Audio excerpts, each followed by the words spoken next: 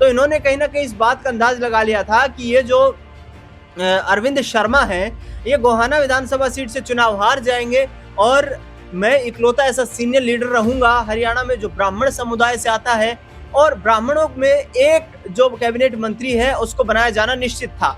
गौरव गौतम जो है यहाँ पर फरीदाबाद से हैं, वो युवा हैं अभी और उनके मंत्री बनने की उम्मीदें कम थी, लेकिन हुआ इसके बिल्कुल विपरीत। हरियाणा की राजनीति में भारतीय जनता पार्टी से राव इंद्रजीत सिंह और अनिल विज के बाद अब राम कुमार गौतम ने भी तेवर दिखाने शुरू कर दिए हैं।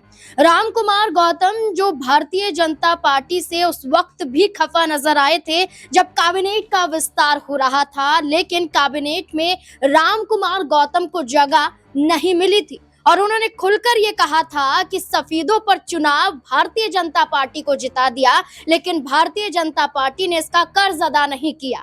इसके बाद भूपेंद्र सिंह हुड्डा की तारीफ करते हुए नजर आए, लेकिन अब राम कुमार गौतम का ये कहना कि विधायकों और सांसदों की कोई भी इज्जत नहीं है, उनकी कहीं भी सुनी नहीं जाती है, उनका कुछ भी काम नहीं है, सिर्फ घूमते रहते हैं। इस बयान के आधार पर कई सवाल खड़े होते हैं कि क्या राम कुमार गौतम भी अब भारतीय जनता पार्टी के खिलाफ खड़े हो गए हैं? क्या राम कुमार गौतम भी चाहते हैं कि कैबिनेट में जगह दीजिए वरना भारतीय जनता पार्टी का साथ छोड़ दिया जाएगा? तो ऐसे में ये जो सवाल बन रहा है इसका जवाब जानना जरूरी हो जाता है। मेरे साथ मेरे सहयोगी दिनेश मौजूद हैं, जानने की कोशिश करते हैं। दिनेश, क्या लगता है राम कुमार गौतम के इस बयान को लेकर, क्या अब बीजेपी को वो भी चुनौतियां दे रहे हैं?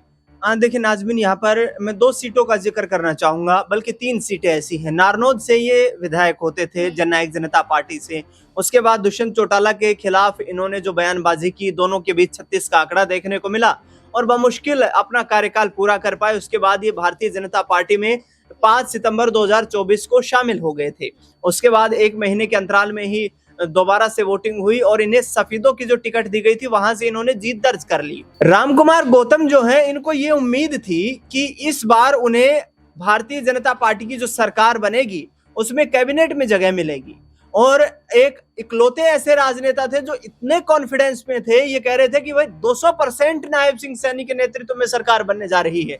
बीजेपी के सीनियर लीडर्स में इतना कॉन्फिडेंस नहीं था जितना कि राम कुमार गौतम के अंदर कॉन्फिडेंस था और बड़ी उम्मीद इन्हें इसलिए भी दिखाई दे रही थी क्योंकि गोहाना विधानसभा सीट जो है, गोहाना विधानसभा सीट से चुनाव लड़ रहे थे डॉक्टर जगबीर मलिक कांग्रेस पार्टी की टिकट पर और डॉक्टर अरविंद शर्मा भारतीय जनता पार्टी की टिकट पर।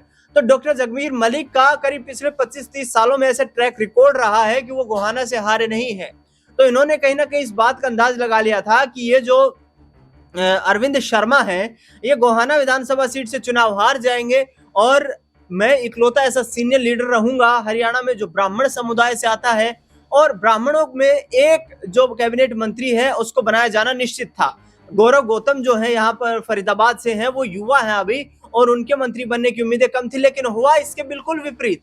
गोहाना से डॉक्टर जगबीर मलिक कांग्रेस पार्टी का जो किला माना जाता था वहां से हार जाते हैं, डॉक्टर अरविंद शर्मा वहां से चुनाव जीत जाते हैं। इसके साथ साथ जो गौरव गौतम है वो भी चुनाव जीत जाते हैं और राम कुमार गौतम भी चुनाव जीत जाते हैं।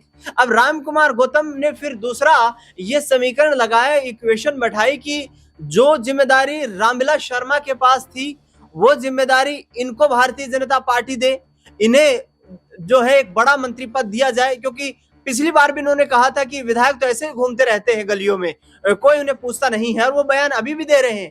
काफी वक्त पर जो है इन्होंने पार्टी की जो गतिविधियां हैं उनसे अलग होकर के बयान दिए हैं, समाज के विभिन्न कार्यक्रमों में इन्होंने बयान दिए हैं।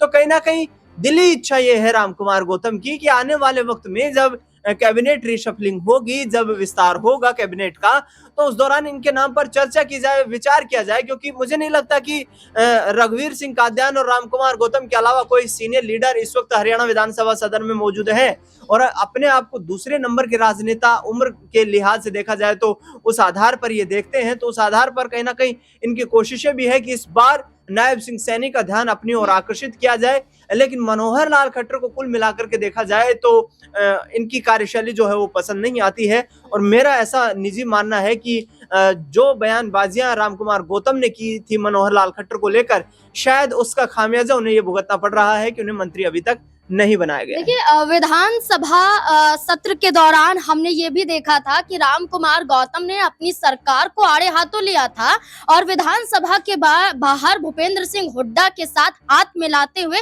मुस्कुराते हुए भी नजर आए थे। और इसके बाद देखा जाए तो कई सवाल पूछे गए कि ये मुलाकात, ये मुस्कुराहट क्या ये दर्शाती है कि कैबिनेट में जगह नहीं मिली, इसलिए भूपेंद्र सिंह हुड्डा से माफी मांगी जा रही है। लेकिन अब राम कुमार गौतम का एक बार फिर से विधायकों और सांसदों को लेकर ये बयान देना इस बात की तरफ इशारा करता ही है कि राम कुमार गौतम ने भी अपनी कमर कस ली है और वो खुद कैबिनेट में अब एक बड़ी जगह चाहते हैं। अगर नहीं मिलती है तो एक बार फिर से राम कुमार गौतम की नाराजगी भारतीय जनता पार्टी पर भारी पड़ सकती है, जननायक जनता पार्टी के बाद। क्या लगता है आपको? अपनी राय कमेंट सेक्शन में जरूर दें। देखते रहें SPN9 न्यूज। धन्यवाद।